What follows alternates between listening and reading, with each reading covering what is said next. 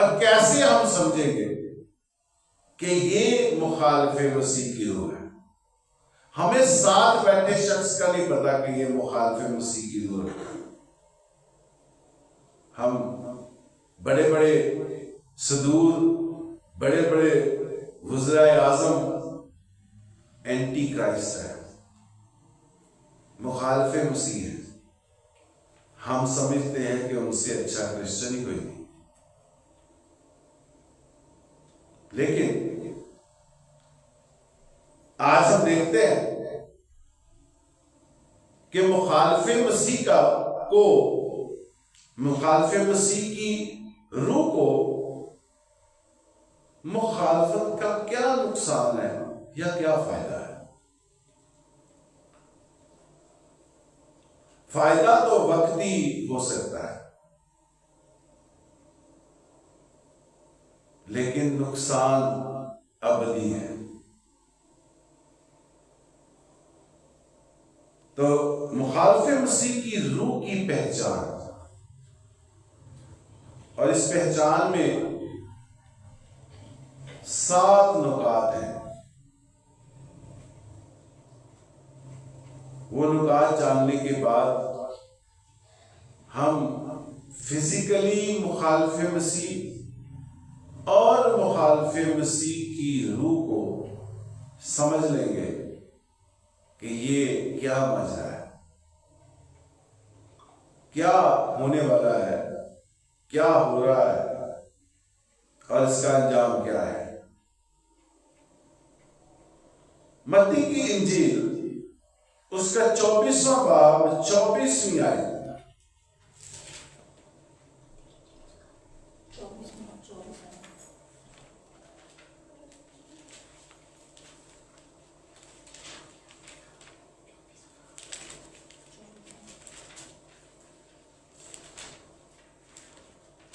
जी, क्योंकि झूठे मसीह और झूठे नबी खड़े होंगे जी, और ऐसे बड़े निशान और अजीब काम दिखाएंगे कि अगर मुमकिन हो तो बरगजीदों को भी गुमराह कर लें। बस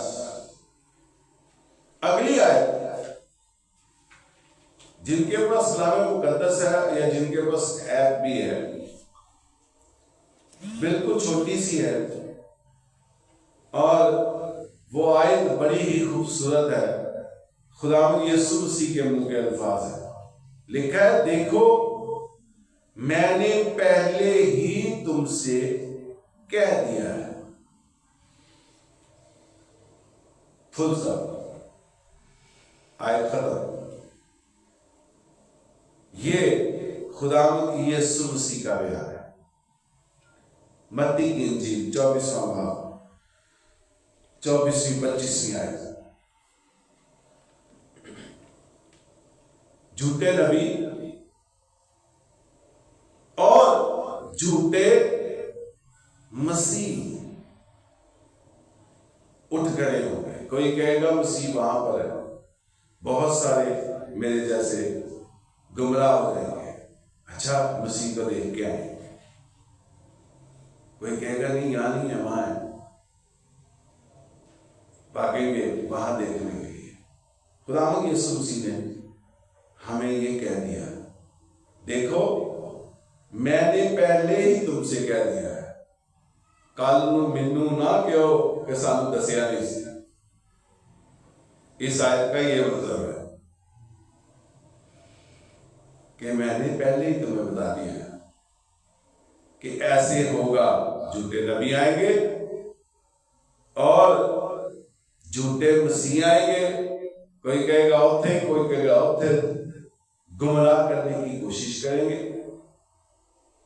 और इस सब में ऐन मुमकिन है कि बरगजीदे भी जो हैं वो भी अपने ईमान से हट जाए। हमें उसी जगह पर कायम रहना है जो ईमान आप रखते हैं। लेकिन गुमराह मुखालिफ मसीह की रूह, थोड़ा सा इल्म ले लेते हैं। अभी है दुनिया में कि नहीं है? है अभी आपने बताया कि शायद हमारे साथ कोई बैठा। हाँ जी है। पता नहीं चला। उसकी कोई मिसाल किसी को याद हो? क्योंकि मैं जब मिसाल देती थी फिर नाल 100 मिसाला तो आप ही याद आ जाएगी। मुखालफे मसीह की रूह,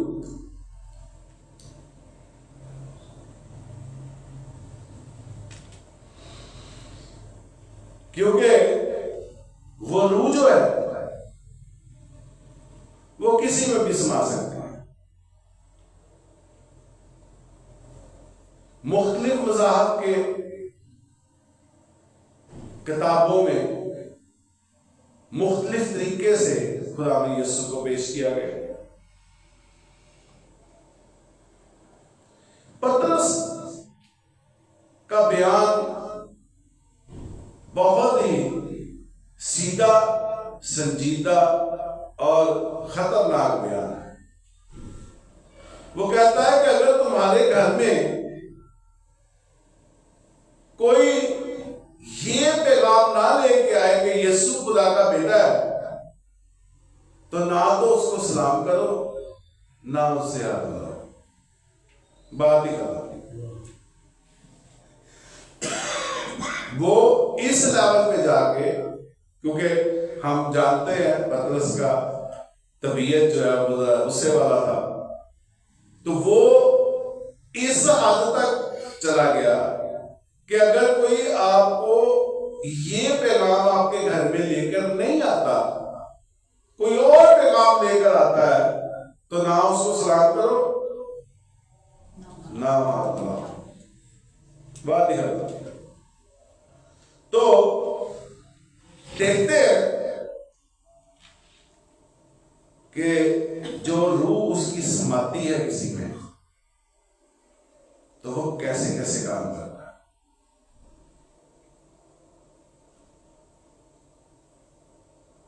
दूसरे मज़ाहब की बिल्कुल बात नहीं करनी चाहिए। पहले अपने गिरेबान में झांकना चाहिए, और जब हम अपने गिरेबान में झांकते हैं तो बहुत से थाक में चोर, लुटेरे, डाकू हमें अपने ही गिरेबान में नजर आते हैं। फिर दूसरों को क्या कहेगा? क्योंकि मुखालिफे मसीह की रूह ने इस कदर मसीहत को डैमेज किया है कि अब वक्त नजदीक है कि वो मुखालिफे मसीह फिजिकली जाहिर हो और उसको इख्तियार दिया जाए, और वो मुखालिफे मसीह खुलकर सारी दुनिया के सामने आए। वो अपना काम कर चुका है। हमारे ही अंदर, हमारे ही फिरके, कुछ फिर कहते हैं वो बेटा नहीं है, वो तो फरिश्ता है। बाज कहते हैं कि वो फरिश्ता भी नहीं है, वो एक आम आदमी है, जैसे दूसरे नबी थे वैसा नबी है। उसकी अलूहियत को मानने से इनकार करते हैं। बाकी बहुत से फिरके बेशक तालीम या हुक्मों को लेफ्ट राइट करके मानते हैं, लेकिन उनका मरकजी ख्याल तो यही है कि यीशु खुदा का बेटा है, और यूहन्ना की इंजील पहला बाब पहली आयत में पूरा ईमान रखा है। बाकी लेफ्ट राइट को वो कोई बात नहीं। ईमान हमारा यीशु पर होना चाहिए। लेकिन मुखालिफे मसीह ने ऐसे फिरके हमारे अंदर बना दिए हैं, ऐसे ऐसे लोगों में समा गया है जिन्होंने अपने आप को मसीह डिक्लेयर कर दिया। जिन्होंने मसीह डिक्लेयर करके अपनी अनाजील निकाल ली, आज वो मार्केट में घूमती हैं और वो तमाम लोग दुनिया के अमीर गरीब लोग हैं। मुखालफे मसीह की रूह ऐसे असर करती है। और आप देखते हैं बहुत कुछ तोड़ने की कोशिश की, लेकिन सच्चाई पे रहने और चलने वाले लोगों की तादाद कहीं ज्यादा है। अब वो जब जाहिर होगा तो फिर उस तादाद पे उसको गुस्सा आएगा, मुखालफे मसीह को, फिर वो उस पे वार करेगा कि इतना सब कुछ करने के बावजूद भी तादाद कम नहीं हो सकी। तो आए पहला पॉइंट देखते हैं। पहले पॉइंट से पहले दूसरा तस्सलुनिकियों का खत मेरे साथ निकालिए, और उसका दूसरा बाब है और 6ठी आयत।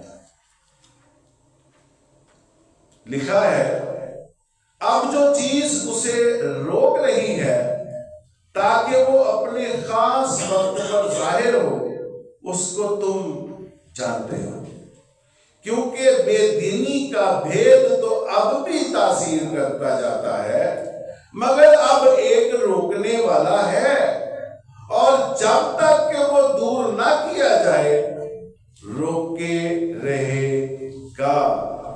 उस वक्त वो बेदीन जाहिर होगा, जिसे खुदावंद यीशु अपने मुंह की फूंक से हलाक और अपनी आमद की तजल्ली से नेस्त करेगा। पहला पॉइंट,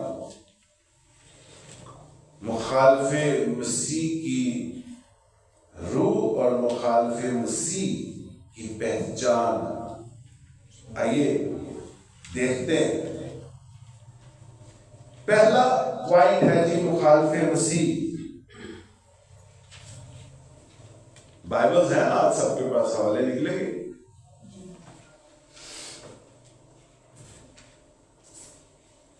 मुखालफे मसीह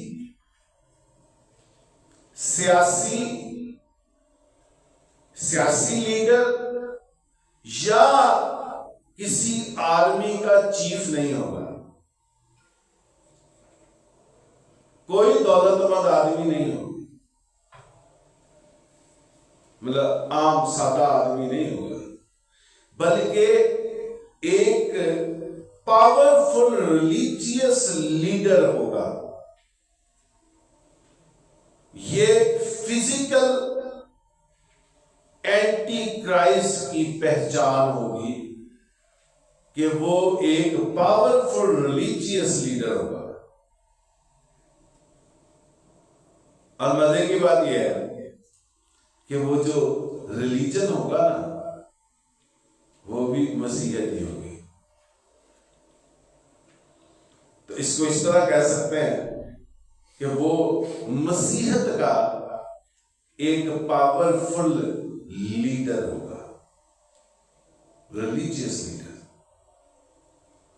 उसको आप बिशप कह सकते हैं, पोप कह सकते हैं, कोई पादरी कह सकते हैं, व्हाटएवर जो भी टर्म मिनिस्टर्स यूज होती है, जो भी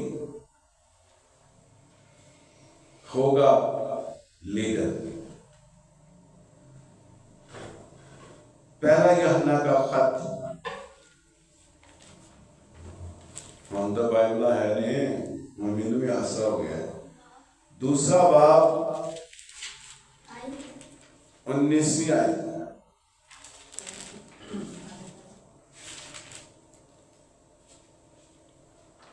वो निकले तो हम ही में से, मगर हम में से थे नहीं, इसलिए कि अगर हम में से होते तो हमारे साथ रहते, लेकिन निकल इसलिए गए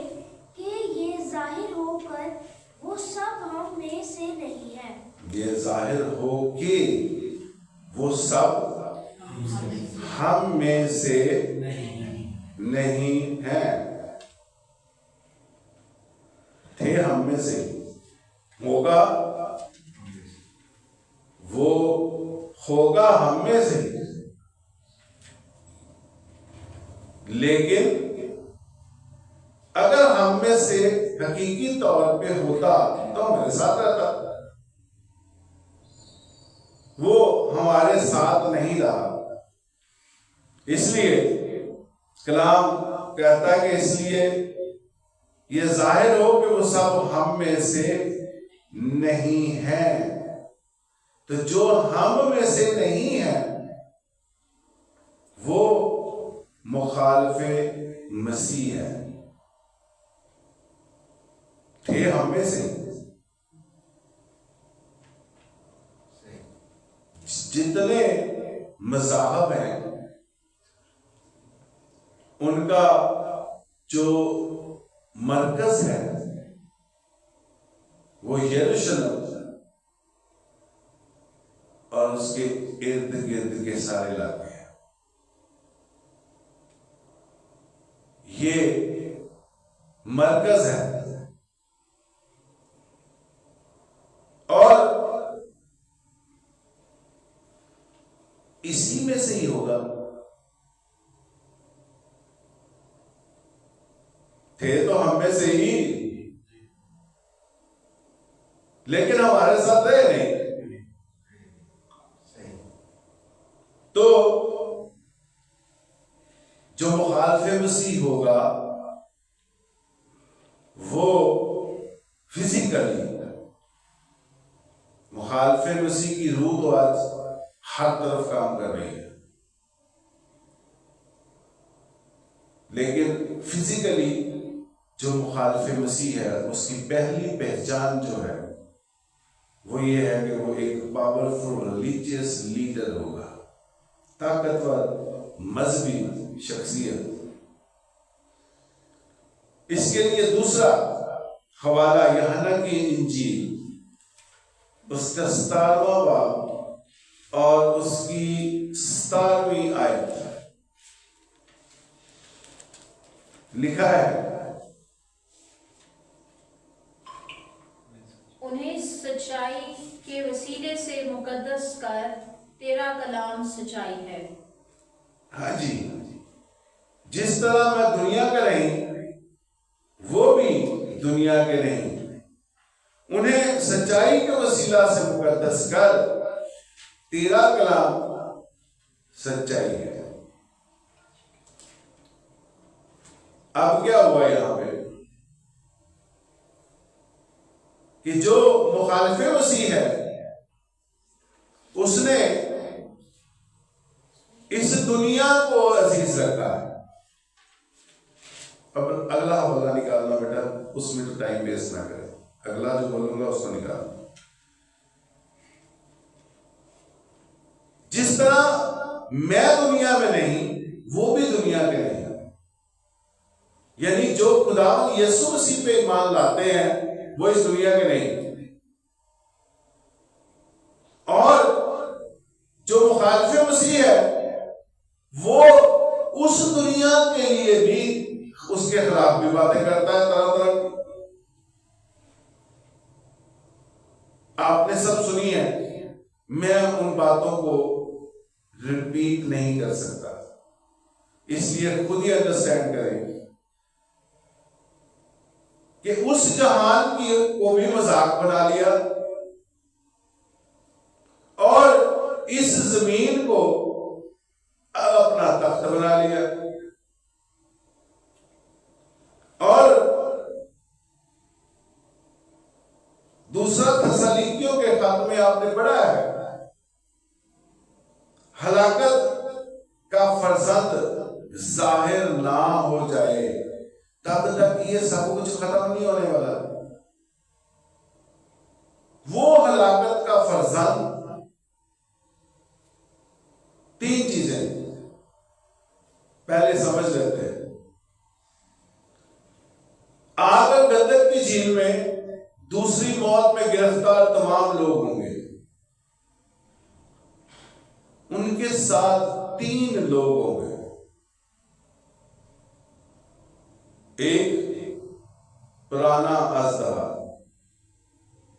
2 हैवान, 3 झूठा नबी। ये 3 आग और गंधक की झील में अबदी मौत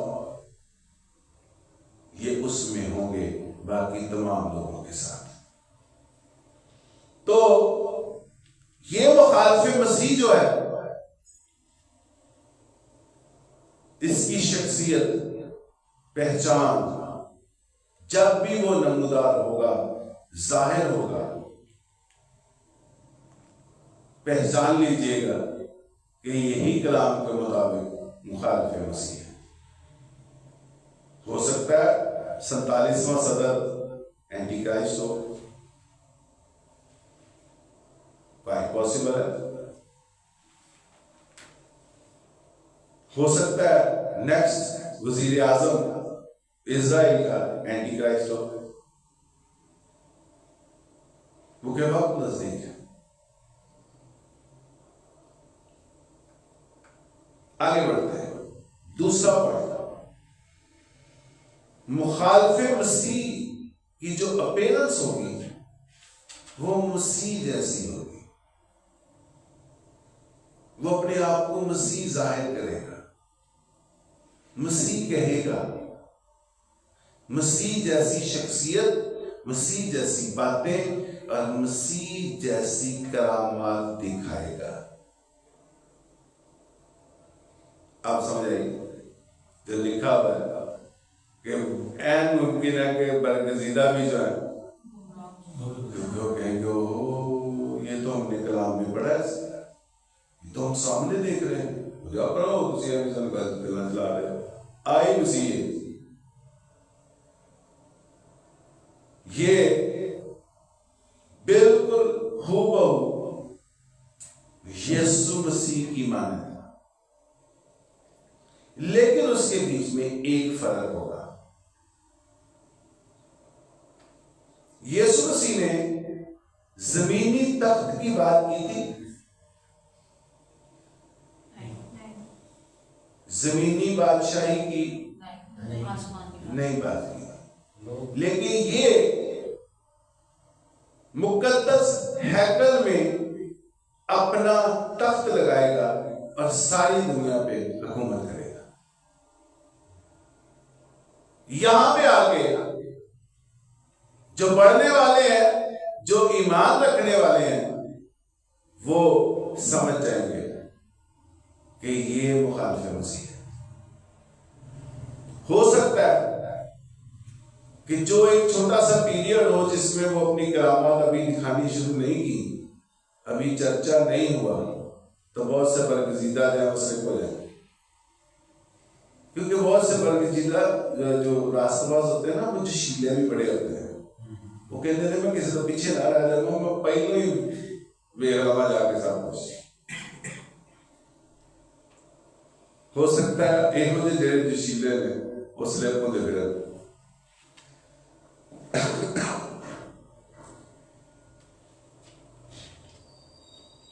मुअज्जात, ऐसे मुअज्जात अभी पढ़ते हैं कि यीशु मसीह से भी आगे, तो फिर दुनिया लगेगी क्यों ना उसके पीछे, सारी दुनिया में उसने हुकूमत करनी है। तो तीसरा पॉइंट है, मुअज्जाना काम जाहिर करेगा। आगे बढ़ते हैं। या मुकाशा की किताब उसका 13वां बाब 13वीं आयत, इससे ना प्रवाना 13वां बाब 13वीं आयत, और वो बड़े बड़े निशान दिखाता था, यहां तक कि आदमियों के सामने आसमान से जमीन पर आग नाज़िल कर देता था और जमीन के रहने वालों को उन निशानों के सबब से जिनके उस हैवान के सामने दिखाने का उसको इख्तियार दिया गया था। खुदा ने हैवान को इख्तियार देगा कि आखिर दौर में जो बरगजीदा लोग हैं, जो रास्तबाज लोग हैं, वो कुंदन की मानद अपनी रास्तबाजी को साबित करें। वो इख्तियार देगा हैवान को, वो बड़े बड़े मौजज़ात करने का। और लिखा है इस तरह गुमराह कर देता था कि जमीन के रहने वालों से कहता था कि जिस हैवान के तलवार लगी थी वो जिंदा हो गया, उसका बुत बनाओ। और उसे उस हैवान के बुत में रूह फूंकने का इख्तियार दिया गया ताकि वो हैवान का बुत बोले भी, और जितने लोग उस हैवान के बुत की प्रस्तिश ना करें उनको कत्ल भी कराए। और उसने सब छोटे बड़ों, दौलतमंदों, गरीबों, आजादों और गुलामों के देने हाथ या उनके माथे पर एक एक छाप करा दी, ताकि उसके सिवा जिस पर निशान यानी उस हैवान का नाम या उसके नाम का अदद हो और कोई खरीदो फरोख्त ना कर सके। ये उसको इख्तियार दिया गया है। मत्ती की इंजील 24वें बाब 24वीं आयत में भी आपने पढ़ा है कि वो बड़े बड़े निशान खुदा यीशु मसीह ने भी पेश कर दिया, वो सारा मजा। और मुकाशवा 13वां बाब और उसकी 11वीं आयत में देखते हैं क्या लिखा है। लिखा है फिर मैंने एक और हैवान को जमीन में से निकलते हुए देखा, उसके बर्राके से 2 सींग थे। समझ रहे हैं? अपने आप उसकी अपीयरेंस जो है वो एक बर्रे की होगी, इनोसेंट लाइक जीसस, अपने आप को ये जाहिर करेगा। और अज़दहा की तरह बोलता था। हो सकता है मुखालिफ मसीह को बहुत बड़ा स्पीकर हो, स्पीकर पास्टर जो अलूम रखता हो और ऐसे बोलता हो गोया अज़दहा बोलता है। तेज कलाम, असरदार कलाम। हो सकता है वो रिलीजियस लीडर ऐसा हो। और ये पहले हैवान का सारा इख्तियार उसके सामने काम में लाता था और जमीन और उसके रहने वाले ये आगे का सिलसिला। तो मौजज़ात जो है आज तक किसी कलाम से पढ़ते हैं, जिन्होंने मौजज़े सामने देखे तो एक स्लिप ना हो जाए, क्योंकि वो मौजज़ात हम खुद भी कर सकते हैं। उसने हमें इख्तियार बख्शा सांपों बिच्छुओं को कुचलो, इब्लीस की सारी कुमत भगा लो। ईमान से हम पहाड़ को सरका सकते हैं, लेकिन उसके लिए हमें किस हद तक पाकीज़गी चाहिए, कितनी गुर्बत चाहिए। इख्तियार हमारे पास है, कुछ इस्तेमाल करते हैं, कुछ मुकाशवा की किताब पढ़ने का मुझे, लेकिन वो मौजज़ा जो दिखाएगा वो मुखालिफ मसीह के होंगे। भेड़ की शक्ल में आएगा, होगा भेड़िया, फाड़ खाएगा। हकीकी मसीही लोगों को खत्म करेगा, क्रश करेगा।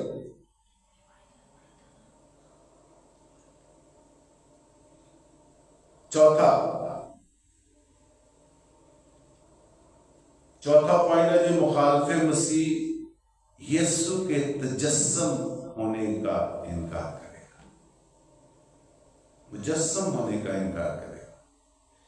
जब वो ये करेगा तो यहूदियों को तो बहुत पसंद आएगा, क्योंकि यहूदी भी तो यही करते हैं। अब हम वो इनकार करते हैं तो हम कहें कि वो यहूदी मुखालिफ मसीह है, तो वो तो मुखालिफ मसीह यीशु के होते हुए मुखालिफ मसीह तो वो थे, उन्होंने सलीब देने का मुतालबा यहूदियों का था, लेकिन वो खुदा की मुकद्दस कौम है, वो उन्होंने जो किया that was a plan for us। खुदा ने हमारे निजात के काम को कामिल किया, लेकिन है वो खुदा की मुकद्दस कौम, मुखालिफ मसीह नहीं हो सकती। ठीक है, ये इनकार करना कि यीशु मसीह मुजस्सम होके इस दुनिया में आया, वो खुदा है, खुदा था, खुदा ही रहेगा, इस बात से इनकारी है। अब आप अपने टिप्स पे खुद से काउंट कर लीजिएगा कि कौन कौन सा मजहब इस चीज के खिलाफ है कि खुदावंद यीशु खुदा का बेटा नहीं है, वो खुदा मुजस्सम नहीं हुआ। यूहन्ना की इंजील पहली आयत क्या कहती है? खुदा में कलाम था, कलाम खुदा के साथ था, कलाम मुजस्सम हुआ। एक तरफ बहुत से दूसरे मज़हब उसको कलाम तो मानते हैं, लेकिन उसके तजस्सुम होने पे इनकारी है। तो इसलिए जो मुखालिफ मसीह होगा वो अपने बाकी कैरेक्टर के साथ उसमें एक ये भी अमल पाया जाएगा कि वो कहेगा कि सब लोग गलत कहते हैं कि वो खुदा जो है वो इंसानी जिस्म में इस दुनिया में आया और वो यीशु मसीह था, ये गलत कहते हैं। जो ये कहता है फटका दो, वहां हमारे ईमान की बात होगी। हाँ जी, क्या ईमान रखते हैं? हम कहेंगे यीशु ही खुदावंद है। तो कलाम में क्या लिखा है? जो जुबान इकरार करेगी कि यीशु ही खुदावंद है, वो निजात पाएगी। वो हमारी परख है। जब हमें परखा जाएगा, हाँ जी क्या ईमान रखते हैं, जब ईमान का इकरार करेंगे तो अल्लाह देगी, फारग हो गया। पहला यूहन्ना का खत,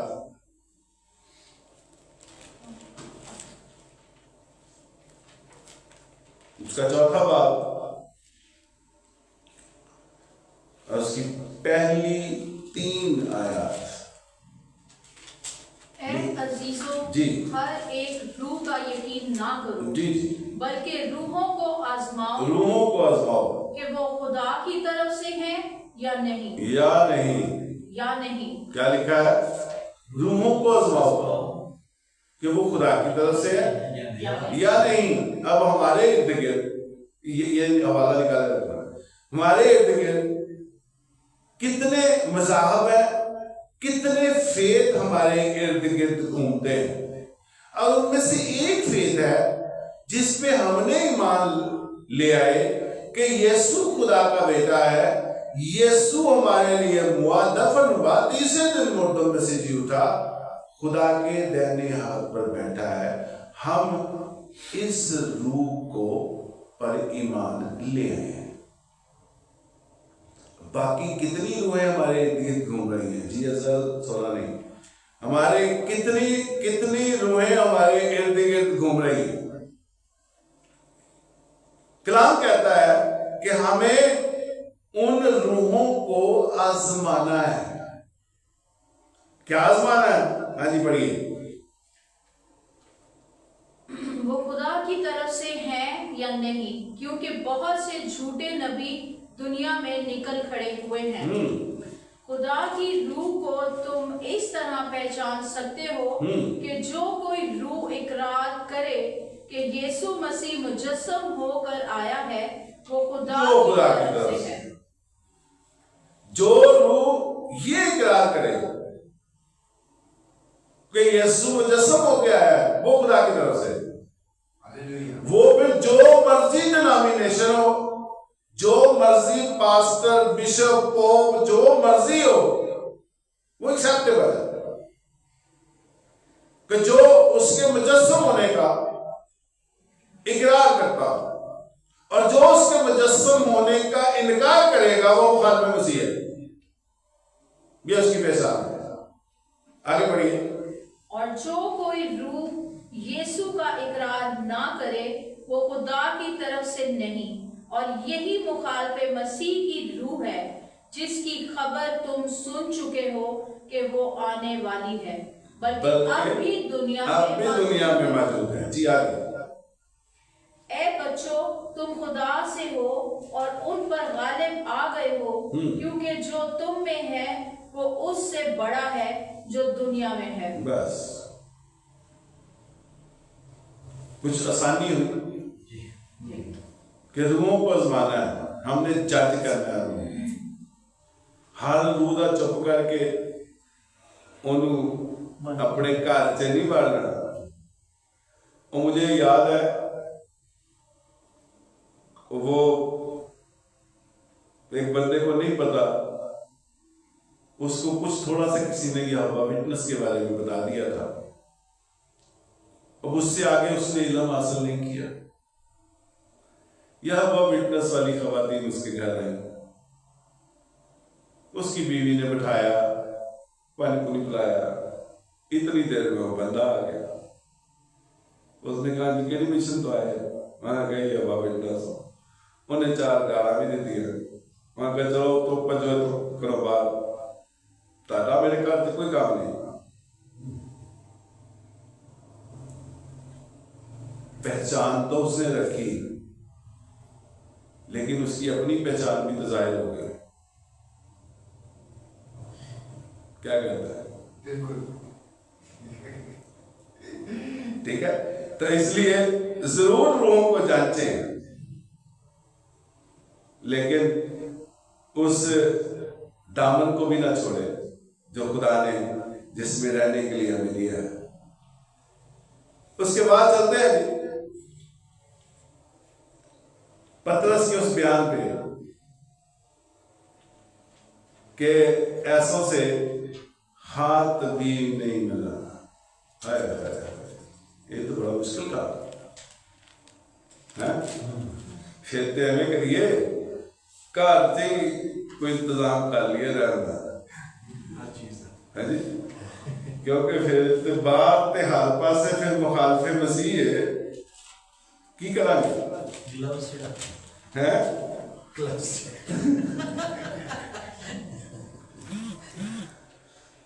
ओके चले जी, इसको भी देखते हैं। अभी पहले अगले पॉइंट पे 5वां पॉइंट है कि मुखालिफ मसीह जो होगा वो खुदा के हुक्मों और बनाए हुए कवानीन में तब्दीली करेगा। ये तजस्सुम ना का इनकार, ये भी बहुत बड़ी बात है, लेकिन ये उससे ऊपर आ गई, क्योंकि कलाम में अमेजिश घटाना या बढ़ाना, इसकी प्रॉपर सजाएं कलाम मुकद्दस में दर्ज है। और ये शख्स जो है ये जमीन से निकलेगा। सबसे पहले हमने अभी पढ़ा, जमीन से निकलेगा और ये खुदा के बनाए हुए कवानीन को रिजेक्ट द गॉड्स लॉ, उसका इनकार करेगा। और बाइबल में दर्ज ईद, त्योहार, प्रस्तिश, सैक्रामेंट, इन सब में तब्दीली ले आए,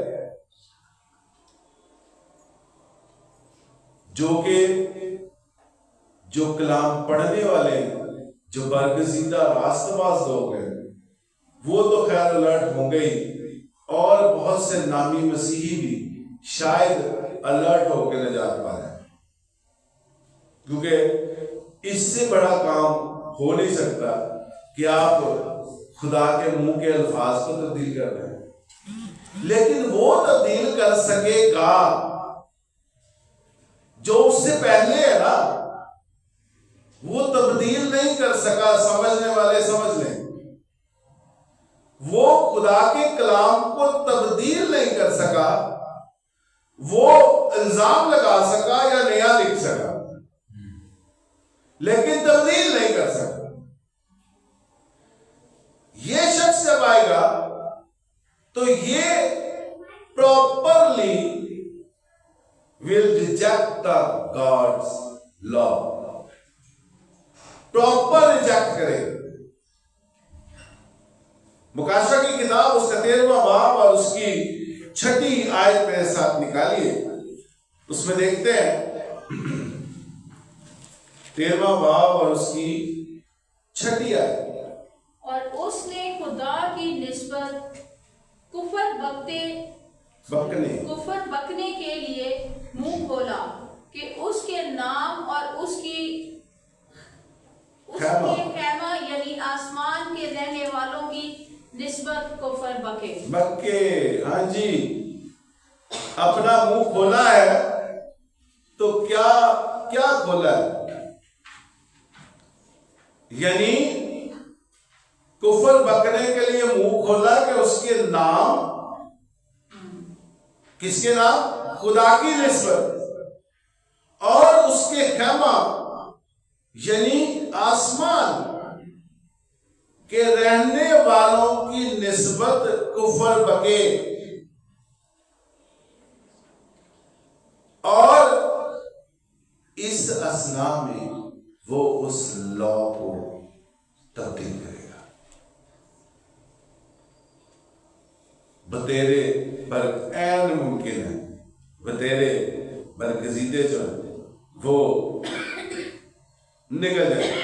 आगे लिखा है, और उसे ये इख्तियार दिया गया, ध्यान से सुनिए, उसको इख्तियार दिया गया है उस हैवान को कि मुकद्दसों से लड़े। मुकद्दस, एक मुकद्दसीन जो है वो एक दीवार बन के उसके आगे खड़े हुए हो जाएंगे कि who the hell you are to change the God's law। किਵੇਂ चेंज करता? ये नहीं हो सकता। खुदा के बनाए हुए कानून तब्दील नहीं होंगे, खुदा का कलाम तब्दील नहीं होगा, लेकिन उसको इख्तियार दिया जाएगा।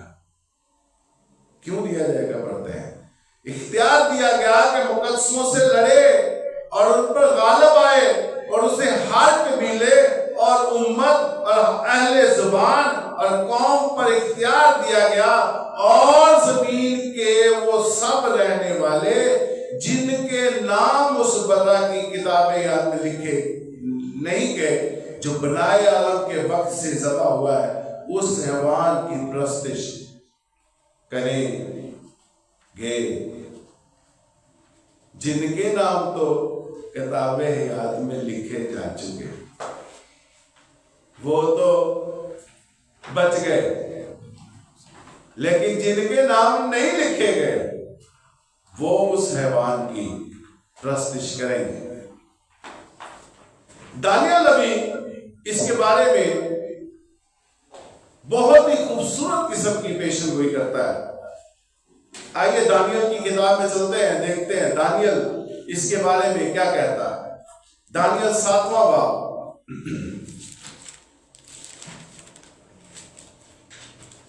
दानियल की किताब उसका 7वां बाब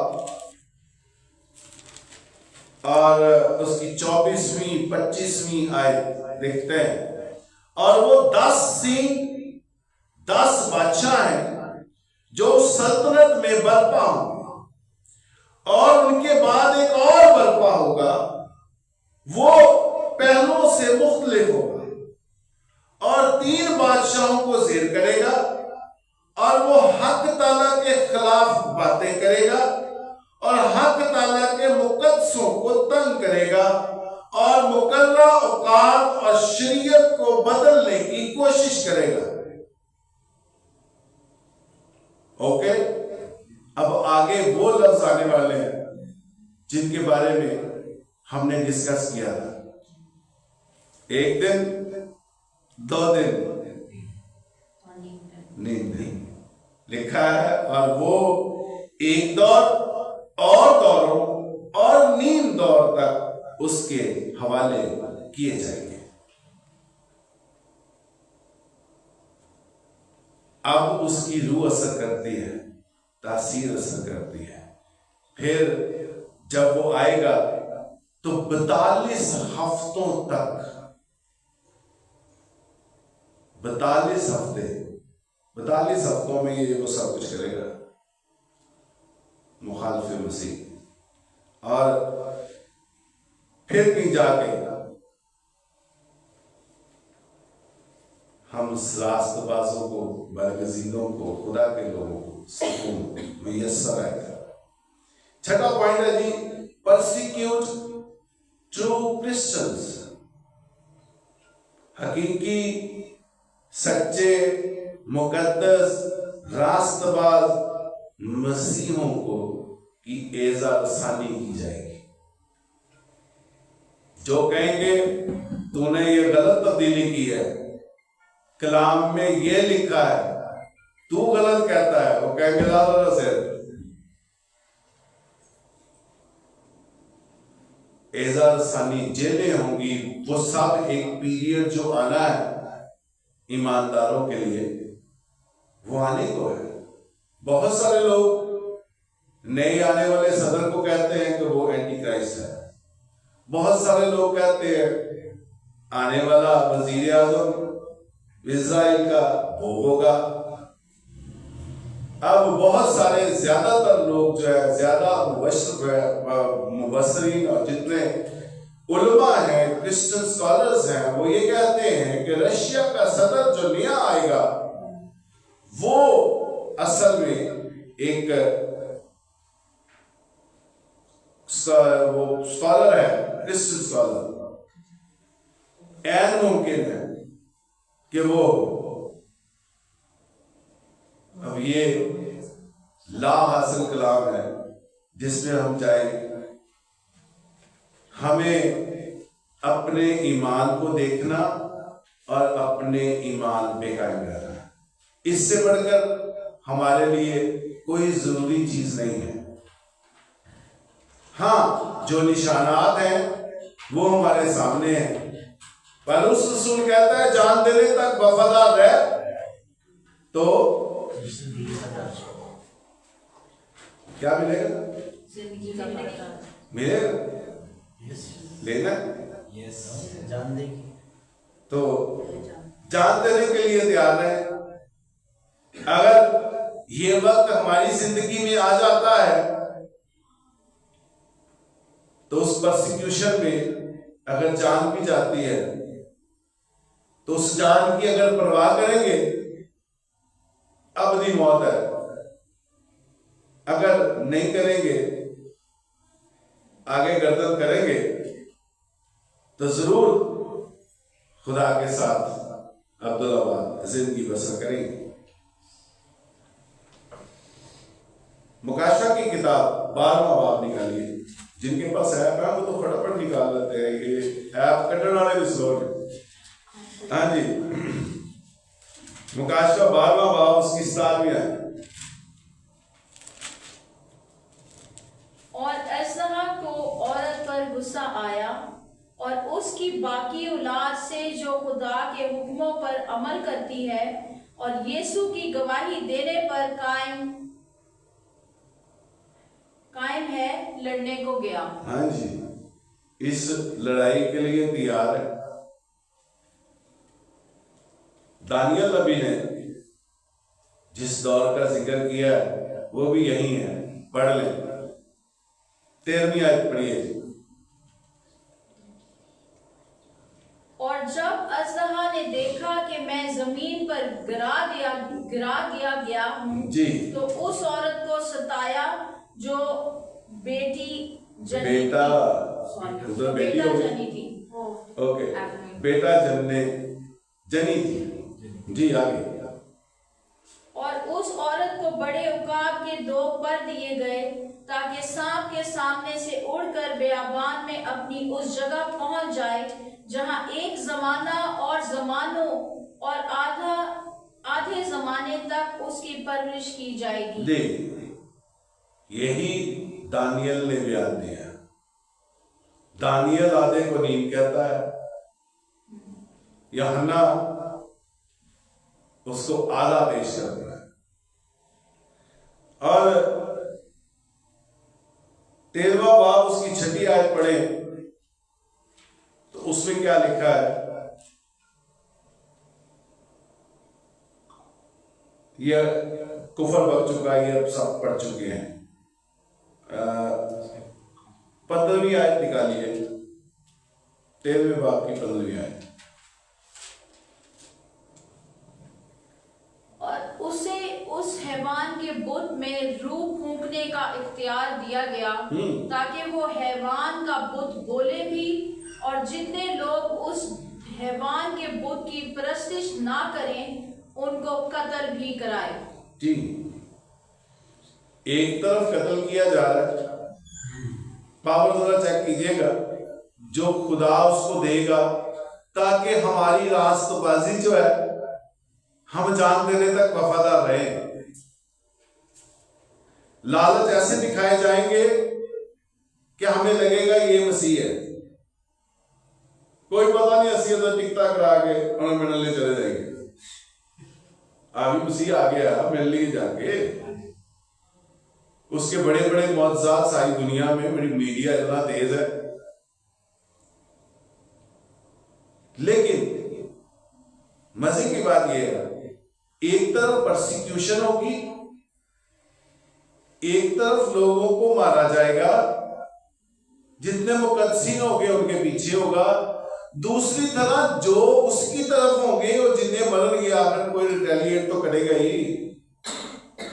क्रिश्चियंस पे जब वार होंगे तो आखिर क्रिश्चियंस भी तो आगे से किसी न किसी को मारेंगे ही। वो जितने मरेंगे वो सब दोबारा जिंदा कर दिए जाएंगे। समझे बात? जी।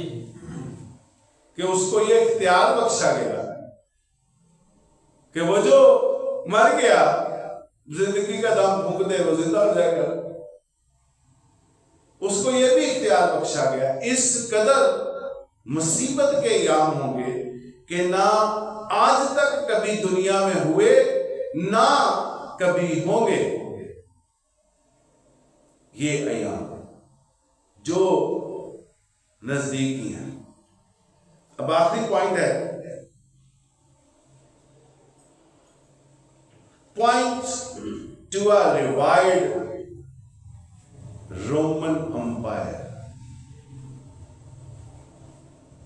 वो रोमन अंपायर, रोमन सल्तनत की मानद हुकूमत करेगा। उसको दोबारा से बनाया जाएगा। अब इसमें क्यास की जा सकती है कि हो सकता है कोई पोप हो जो मुखालिफ मसीह बने, क्योंकि अगर रोमन सल्तनत जो है उसकी तर्ज की उसकी हुकूमत होगी, उस तर्ज पे वो काम करेगा, तो फिर तो रोमन्स ही है। और रोमन्स जो है वो रोमन कैथलिक्स उन्हीं में से निकले। तो क्वाइट पॉसिबल है, बहुत से उलमा कहते हैं कि जी ये कैथलिक्स जो है इनके बीच में से मुखालिफ मसीह होगा। असल में पोप जो है वो अभी भी मुखालिफ मसीह है। हम किसी पे तनकीद नहीं करते, अपने ईमान को टटोलें कि वेयर यू आर। कलाम कहता है मुकाशफा की किताब उसका 17वां बाब, किसी को डर तो नहीं लग रहा मुकाशफा पढ़ते हुए? नहीं दस दवे बड़ी दुआ करना। समझ आ रही है। मुकाशवा की किताब उसका 17वां बाब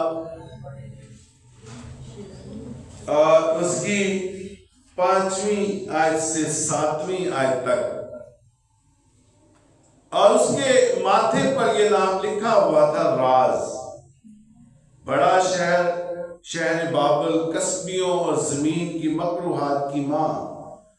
और मैंने उस औरत को मुकद्दसों का खून और यस्सु के शहीदों का खून पीने से मतवाला देखा, और उसे देखकर सख्त हैरान हुआ।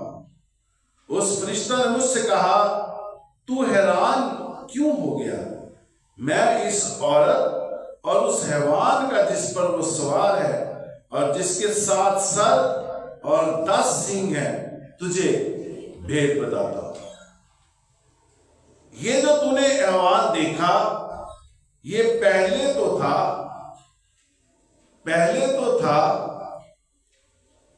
गौर से सुनिएगा, जी जी। बयान पहले तो था मगर अब नहीं। ये अब नहीं का बयान जो है, ये कौन सा अरसा पेश किया जा रहा है? थोड़ा सा दिमाग लगाएं। पहले तो था, इसका मतलब है जो फरिश्ता यूहन्ना को लिखवा रहा है कि लेख इस किताब में, वो उसको बता रहा है कि पहले तो था। इसका मतलब है बिफोर क्राइस्ट वो था, अब नहीं है। इसका मतलब है उसको रोकने वाला आ गया, जैसे हमने कलाम में पढ़ा। अब वो रोकने वाला आ गया, अब नहीं है। फिर क्या लिखा है? मगर अब नहीं है और आइंदा अथाह कड़े से निकाल कर हलाकत में पड़ेगा, और जमीन के रहने वाले जिनके नाम बनाए आलम के वक्त से किताबे याद में लिखे नहीं गए, इस हैवान का ये हाल देखकर पहले था, अब नहीं और फिर मौजूद हो जाएगा, ताज्जुब करेंगे।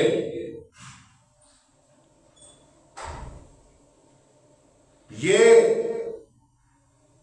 रोमन अंपायर्स की तर्ज की अगर हुकूमत नजर आती है, क्योंकि रोमन्स ने जितने मसीही ईमानदारों को कत्ल करवाया, शायद ही किसी सल्तनत ने, किसी बादशाहत ने इतने मसीहों को कत्ल किया। इसलिए वो वक्त कितना भयानक होगा जिसको कलाम मुकद्दस कहता है कि ना उससे बड़ी मुसीबत दुनिया में पहले हुई ना होगी।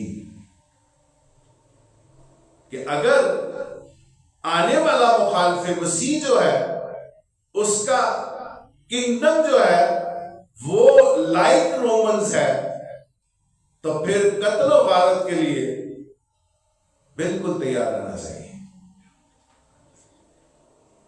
फिर हमारे वो टाइम नजदीक है कि हमारे ईमानों को परखा जाए। मुकाशा की किताब आज इतने ही रहना तो दाल सारा करना है। दूसरी जगह बाइबल स्टडी नहीं ना लेते, मुकाशा की किताब दी आज इतने ही रहना। 19वां बाब और उसकी 20वीं आयत लिखा है, और वो हैवान और उसके साथ वो झूठा नबी पकड़ा गया जिसने उसके सामने ऐसे निशान दिखाए थे जिनसे उसने हैवान की छाप लेने वालों और उसके बुत की प्रस्तिश करने वालों को गुमराह किया था। वो दोनों आग की उस झील में जिंदा डाले गए जो गंधक से जलती है, और बाकी उस घोड़े के सवार की तलवार से जो उसके मुंह से निकलती थी कत्ल किए गए। कौन से करैक्टर दो आए हैं इसमें? जिसने आए तो पढ़न गया था, सुनते झूठा नबी और जिसने हैवान और वो झूठा नबी, ये दो तो करैक्टर इसमें आ गए। इसके बाद चलते हैं 16वें बाब। 16वां बाब उसकी 13वीं आयत। फिर मैंने उस अजदहा के मुंह से और उस हैवान के मुंह से और उस झूठे नबी के मुंह से 3 नापाक रूहें मेंढकों की सूरत में निकलते देखी। कौन कौन से कैरेक्टर आ गए? अब बच्चे सुनते हैं बच्चे। झूठा नबी, हाँ जी, अजदहा ओके, और हैवान। हैवान, 3 कैरेक्टर आ गए जी हमारे पास। अब चलते हैं 20वें बाब, शायद वो तो बेहतर तौर पर नजर आ जाए। 20वें बाब में लिखा है जी,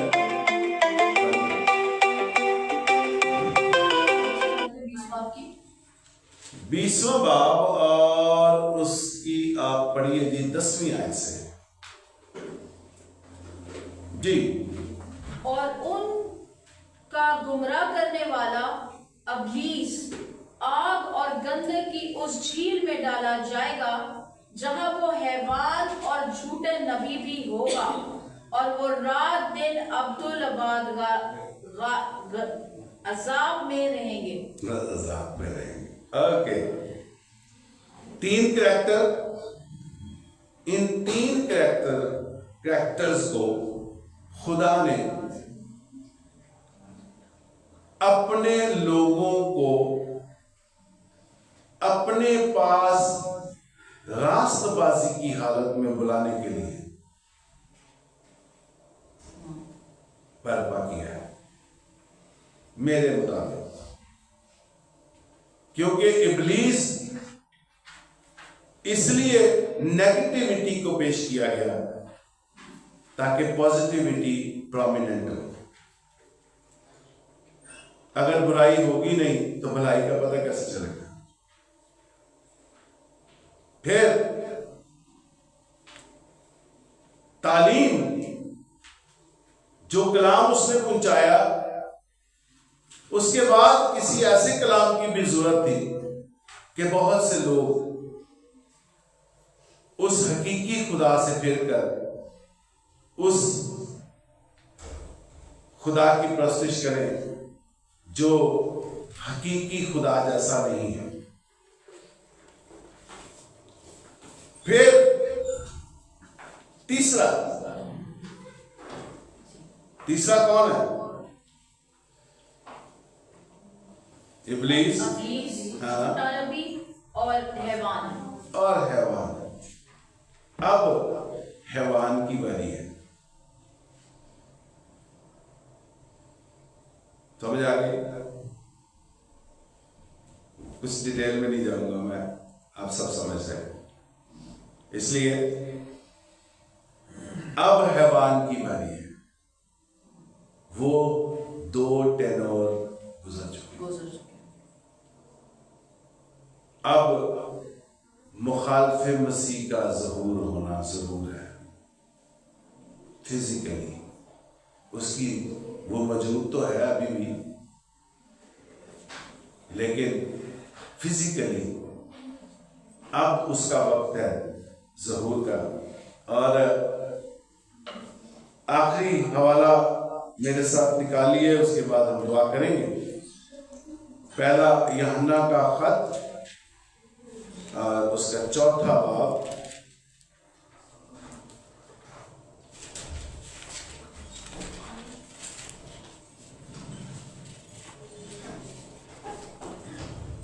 जी कौन सी आयत है? 4था बाब 6ठी आयत। जो खुदा को जानता है वो हमारी सुनता है, और जो खुदा से नहीं वो हमारी नहीं सुनता। इसी से हम हक की रूह और गुमराही की रूह को पहचान लेते हैं। तो हो जाए नहीं? मीटिंग हो रही है, 10 लोग बैठे हैं, 5 लोग बात कर रहे हैं। आप उनको बुला के लाएंगे, बैठेंगे, थोड़ी देर बाद फिर उठ के चले जाएंगे, फिर धक्के से बुलाएंगे, बैठाएंगे, फिर उठ के चले जाएंगे। कभी देखा है ऐसे आपने? हाँ जी। वो जो उनके अंदर गुमराही की रूह होती है ना, उसको निकालने की जरूरत होती है। और जो मुकामी पास्टर है उसको इस बात को समझने की जरूरत होती है, क्योंकि ये गुमराही की रूह जो है, ये अब इसको इसको इसको इस तरह थोड़ा सा कैलकुलेट करते हैं, नौजवान समझ सकेंगे कि है इब्लीस ही, है इब्लीस ही। जैसे खुदा बाप, खुदा बेटा और खुदा रूह कुद्स है। इसको समझिए थोड़ा सा। जैसे खुदा बाप, खुदा बेटा, खुदा रूह कुद्स है, ये नूर है, इनमें जरा भी तारीकी नहीं, तारीकी से इनका कोई ताल्लुक नहीं। अब जिनका तारीकी से ताल्लुक है वो है अज़दा, झूठा नबी और हैवान। अब ये अगे पीछे मैं इज्जत माफ नहीं ला सकता, ना मैं मुकद्दस कह सकता, लेकिन इसको जिस तरह भी पेश कर ले, तारीकी के 3 फिगर्स हैं। इसको आप इजीली कहें, है वो इब्लीस ही, है वो लूसीफर ही जो गिराया गया, है वो लूसीफर, लेकिन हमें वो 3 नजर आते हैं। इधर हमें है वो जिंदा खुदाई, वाहिद खुदाई, लेकिन हमें 3 माजिया नजर आते हैं, खुदा बाप, खुदा बेटा, खुदा रूह कुद्स। तो इसीलिए ये उसने, इब्लीस ने अपनी इस जमीनी बादशाहत में भी अपने वैसे ही रुतबे रखे हैं जैसे खुदा आसमान पर है। पूरा मुकाबला, लेकिन उसमें फर्क सिर्फ इतना है कि ये मुकाबला करने जोगा है नहीं, इसको खुदा इजाजत देता है। हैवान को इख्तियार बख्शा गया, जी। अय्यूब को उस तकलीफ तक पहुंचाने के लिए इजाजत दी गई। आज बहुत से ईमानदारों को की आजमाइश के लिए इब्लीस को इजाजत दी जाती है कि इतनी की आजमाइश के उसकी बर्दाश्त से बाहर ना हो। तो ये जो है तारीकी, इसमें भी वही करिंदे पाए जाता है। अज़दा झूठा नबी, और वो कभी किसी शक्ल में आया, कभी किसी शक्ल में आया, और एक शक्ल आने को है। उसको, उसके लिए उसकी पहचान और उसका करैक्टर आज हमने समझा है। खुदा करे कि कलाम की आपको समझ आए, क्योंकि ये मुश्किल कलाम है जो आज पेश किया गया, और फिर अगर इस कलाम को खुल के पेश ना किया जाए तो फिर बहुत सी चीज़ें रह जाती हैं। तो अगर कोई चीज़ रह जाए तो आप मेरे से इबादत के बाद पूछ सकते हैं। It was very nice and blessed. Thank you so much.